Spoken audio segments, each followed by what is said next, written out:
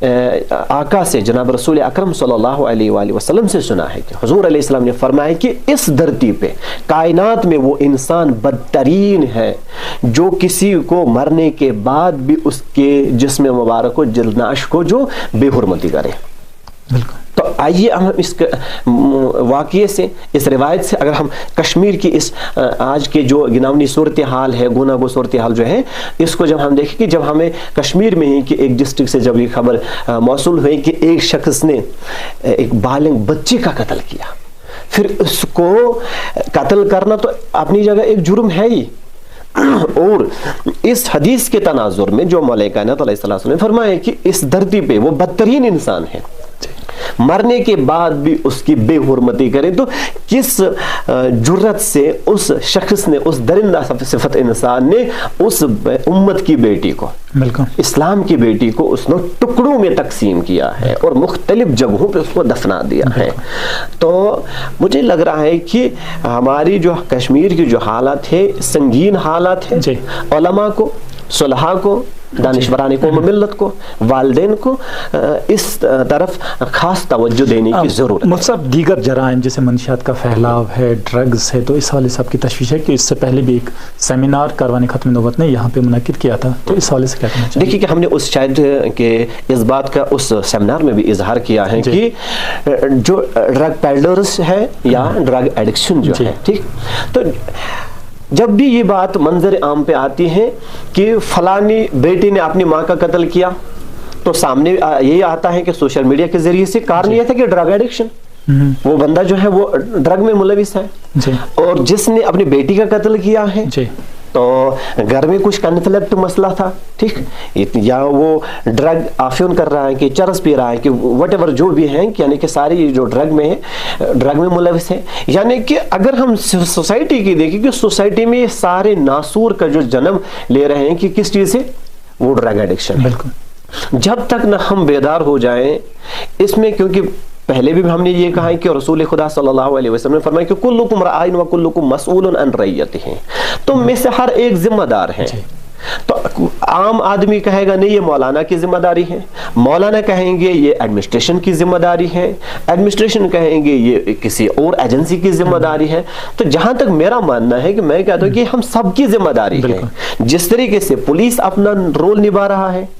عام انسان اپنا رول نبھا رہا ہے, کہ علماء کو اپنا رول نبھانا ہے, عام انسان کو اپنا, والدین کو اپنا رول نبھانا اس میں ہے. جب تک نہ ہم یونٹی, جب نہ ہم اتحاد متحد ہو کے اس چیز پہ قدغنے لگائیں, اپنے بیٹوں کو, اپنے بچوں کو دیکھیں کیا ہماری بچی کیا کر رہی ہے. بالکل اگر یہ دن رات کے 12 بجے تک بیٹھتی ہیں الگ کمرے میں, تب میں کہنا چاہتا ہوں کہ میں عوام الناس سے بھی یہ میسج پہنچانا چاہتا ہوں کہ آپ کی وساطت سے, کہ خاص والدین کو چاہیے کہ وہ اپنے بچوں پہ خصوصی توجہ دیں, کہ وہ اگر رات کے 12 بجے تک بیٹھ دیں. کیا ایک بچی جو پڑھ رہی ہیں, چاہے وہ MA کر رہی ہیں, LLB کر رہی ہیں, کہ جو بھی ڈگریاں کر رہی ہیں, کیا وہ اپنے والدین کے سامنے ایک کمرے میں نہیں بیٹھ سکتی ہیں؟ کیا وہ وہاں پہ وہ نہیں پڑھ سکتی ہیں؟ کیا ضروری ہے کہ وہ ایک الگ روم لے لیں؟ تو وہاں تو اللہ ہی بہتر جانتا ہے کہ پھر وہاں پہ کیا کیا برائیاں ہوتی ہیں اور جنم لے رہی ہیں. صاحب اس کے ساتھ ساتھ یہاں پہ علماء کرام کا آپ نے ذکر کیا, تو علماء کرام کا اس میں اہم رول بنتا ہے, کیونکہ ابھی جو دیکھنے کو یہاں پہ مل رہا ہے وہ جزیات اور فروعات میں الجھے ہوئے ہیں, وہ آپسی منافرت میں الجھے ہوئے ہیں, حتیٰ کہ ممبر اور محراب کو بھی اس کا جو ہے استعمال کیا جاتا ہے, ممبر و محراب سے بھی. تو اس والے صاحب کی تشویش کیا ہے کہ علماء کرام خود آپ سے منافرت میں الجھے ہوئے ہیں؟ دیکھیے الحمدللہ ہم نے بھی پچھلی دفعہ بھی اور کئی مواقع پہ ہم نے اس چیز کا تذکرہ کیا ہے, اور مختلف مجالس میں, چاہے وہ کاروان ختم نبوت انٹرنیشنل کا پلیٹ فارم ہے یا دیگر انجمنوں کا پلیٹ فارم, ہم نے جو اپنی بات پہنچائی ہے, ہمیں لگ رہا ہے کہ شاید اس چیز میں کمی آ رہی ہے کہ ممبر و محراب اپنے انانیت اور اپنے خصوصی مقاصد کے لیے استعمال کیے جا رہے ہیں. تو ہم نے ایک آواز اٹھائی ہے کہ مجھے لگ رہا ہے کہ شاید ہمیں کسی حد تک ہم کامیاب ہو گئے اس میں, کہ جس طریقے سے ہمیں ہر دن آئے روز ہمیں دیکھنے کو یہ ملتا تھا کہ فلانی جگہ پہ یہ انسیڈنٹ ہوا, کہ فلانی مولانا صاحب کی دوسری کی تذلیل کی, وہ تیسری کی تذلیل کر رہے ہیں, کہ الحمدللہ کچھ سنجیدہ جو مطلب کہ براڈ مائنڈڈ علماء کرام ہیں ان نے اس پہ سنجیدگی سے نوٹس لی ہے. حتیٰ کہ الحمدللہ اگر میں اس چیز پہ مطمئن ہوں کاروانی ختم نو انٹرنیشنل کے جتنے بھی سکالر ہیں, جتنے بھی علماء اس چیز سے جڑے ہوئے ہیں کہ الحمدللہ کسی جگہ بھی کوئی شکایت ہمیں موصول نہیں ہوتی کہ ہمارے علماء سے, مطلب کہ الحمدللہ تو ہمارے علماء سبھی ہیں, تو کہیں بھی ایسی مطلب کہ واردات ہمیں موصول نہیں ہوتی ہیں. تو اس چیز پہ ہم خوشی کا اظہار کرتے ہیں, ٹھیک ہے, ایز پر تحدیث نعمت. اور مگر باقی جہاں ہم دیکھتے ہیں کہ مختلف مقاصد الفکر میں کہ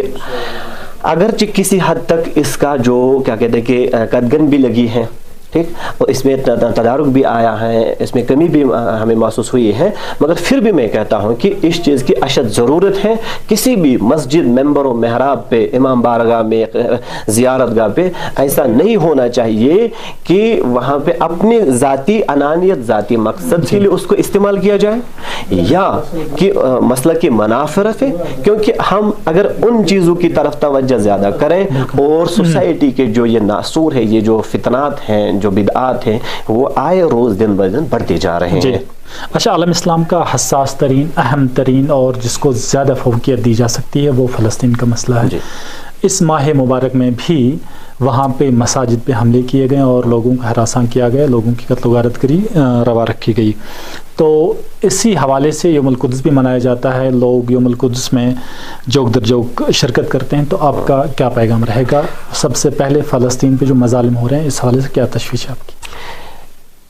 فلسطین کے حوالے سے میں آپ کو یہ بات کہنا چاہتا ہوں اپنے ناظرین کو بھی کہ فلسطین پہ مسجد اقصی پہ جو اس وقت مظالم ڈھائے جا رہے ہیں وہ اس کا اصلی بیک گراؤنڈ کیا ہے. تو ابھی جو ہم تذکرہ کر رہے تھے کہ اس کا اصل یہی مقصد ہے کہ ہم مسلمان بکھرے ہوئے ہیں, مسلمانوں میں آپس میں تال میل نہیں ہے, یونٹی نہیں ہے, اتحاد نہیں ہے. کیونکہ یہ آلریڈی یہ انہی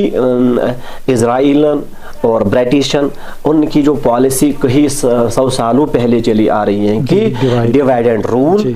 مسلمانوں کو تقسیم کرو اور پھر ان کے اوپر حکومت کرو. بالکل ٹھیک, ان کو اپاہج بناؤ. تو اس چیز کیونکہ ہم بھی مطلب کہ اتنے حساس نہیں ہے کہ خالی کشمیر نہیں, ہم عالمی سطح کی اگر میں بات کروں کہ اختلافات, شیعہ سنی اختلافات, دیوبندی بریلوی اختلافات, یعنی کہ ہم سیکٹیرین بلیورز بن گئے ہیں. ہم بلیورز نہیں ہیں کہ ہم اللہ کو نہیں مانتے, بلکہ ہم نے الگ الگ اپنے کھانے بنائے ہیں. مگر جو دشمن ہے وہ یہ نہیں دیکھتے یہ کیا یہ شیعہ ہیں, یہ سنی ہیں, دیوبندی ہے, بریلوی ہے, شافی ہے, حنبلی ہے, نہیں, ان کے نزدیک ہم سب مسلمان ہیں, ان کا ٹارگٹ مسلمان ہے. مگر مصیبت کی بات یہ ہے کہ ہم آپس میں بکھرے ہوئے ہیں. جب تک نہ اسی طریقے سے علامہ سید صلاح الدین ایوبی رحمۃ اللہ تعالی علیہ نے کئی دفعہ بیت المقدس کو آزاد کرایا, مگر ان کا بات کا یہ کہنا ہے کہ وہ قومیں کبھی فتح نہیں پاتی, کامیابی نہیں ملتی جو اکٹھے نہیں ہوتی, جن میں یونٹی نہیں ہوتی, اتحاد اہم. تو میں یہی کہنا چاہتا ہوں کہ عالمی سطح پہ جب تک نہ ہم متحد ہو جائیں تب تک ہمیں یہ ذلت برداشت کرنی ہے. اس حوالے سے آیت اللہ خمینی نے بھی کہا تھا کہ اگر تمام مسلمان ایک ایک بالٹی پھینکتے ہیں تو اسرائیل کا نام و نشان اس سرزمین سے ختم ہو جائے گا, وہ مٹ جائے گا. اور یہ بھی کہا تھا کہ کم سے کم جمعۃ الوداع کو تمام مسلمان یوم القدس کا اہتمام کریں, لوگ نکلیں سڑکوں پہ اور اسرائیل اور جتنی بھی صہیونی اور یہودی طاقتیں ان کے خلاف سفارہ ہو جائیں. تو یوم القدس میں لوگوں کی شرکت کے حوالے سے کیا کہنا چاہیں, کیا اپیل رہے گی؟ تو الحمدللہ ہماری یہی گزارش ہے عوام الناس سے بھی. الحمدللہ کاروان ختم نبوت انٹرنیشنل الحمدللہ اس چیز میں ہر وقت ہر لمحہ پیش رہتا ہے. تو اس حوالے سے ہم ناظرین کو بھی بتانا چاہتے ہیں کہ عوام الناس کو سے گزارش کرتے ہیں کہ جس دن اس چیز کا پروگرام کیا جائے کہ لوگوں کو گھر سے نکلنا ہوگا. بالکل ٹھیک ہے, کیونکہ رسول خدا صلی اللہ علیہ وسلم نے فرمایا کہ مسلمان کا آئینہ ہوتا ہے. ٹھیک, جب اگر ہم فلسطین کے مسلمانوں کا جو اس وقت درد ہے اگر وہ ہم یہاں سے محسوس نہ کرے تو اللہ نہ کرے جب ہمارے اوپر بھی ظلم ڈھائے جاتے ہیں تو ہماری کوئی پرسان حال نہیں ہوتا ہے. تو اس لیے ہماری یہی میسیج ہے کہ جس وقت اور جس دن یہ پروگرام کیا جائے گا تو اس وقت ہم لوگوں سے یہی ریکویسٹ کرتے ہیں کہ وہ بالکل دینی فریضہ سمجھ کے اللہ کو راضی کرنے کے لیے یہ آواز بلند کرے. تو اللہ سے دعا بھی کرے, اور خالی دعا بھی نہیں ہے اور دعا بھی ہے, دوا بھی ہے. جب ہم پریکٹیکلی صورت میں گھر سے باہر نکلے دینی فریضہ سمجھ کے اور یہ ایک مقدس اور بلند